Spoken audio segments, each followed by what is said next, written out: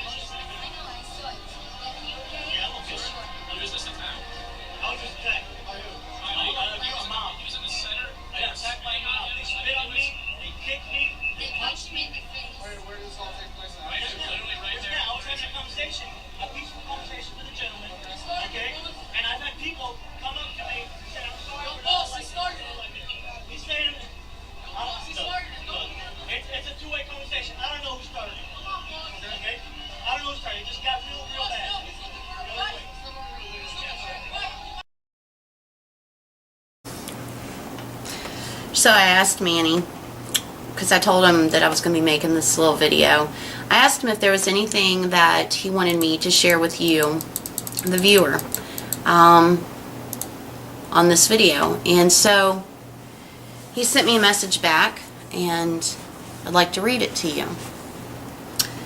Again, this is from Manny Vega. I can say this. What happened to me yesterday is exactly what happens to Israel.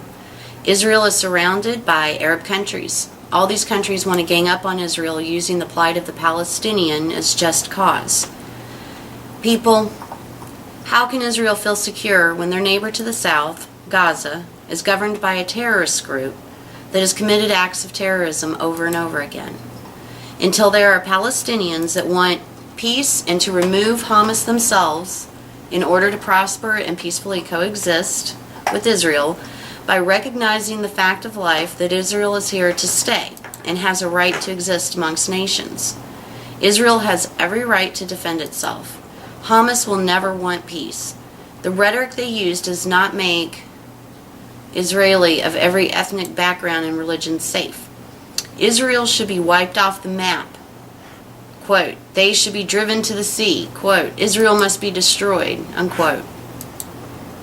From Hamas. You cannot feel a sense of security living next to a neighbor that threatens your existence. I stand with Israel. Frankly, I don't care about 2,000 years ago or 70 years ago. Israel is here. Accept it. So,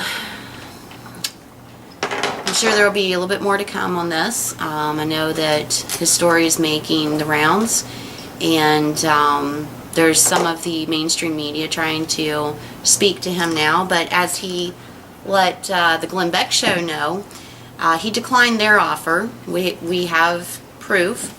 He declined their offer to speak to them about his incident because Glenn Beck misrepresented Operation American Spring.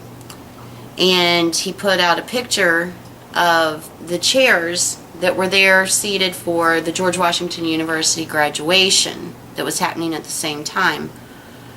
And he said that that was OAS. So Manny, again, stands by his word and his honor, and he declined the Glenn Beck show, and I just thought that was A-okay. So, anyway, thanks for all you do, Manny. Thanks to all you patriots out there that get up there and carry a flag, do what you can do locally, nationally, whatever, socially. And I hope you guys are taking care of yourselves tonight. Talk to you again soon.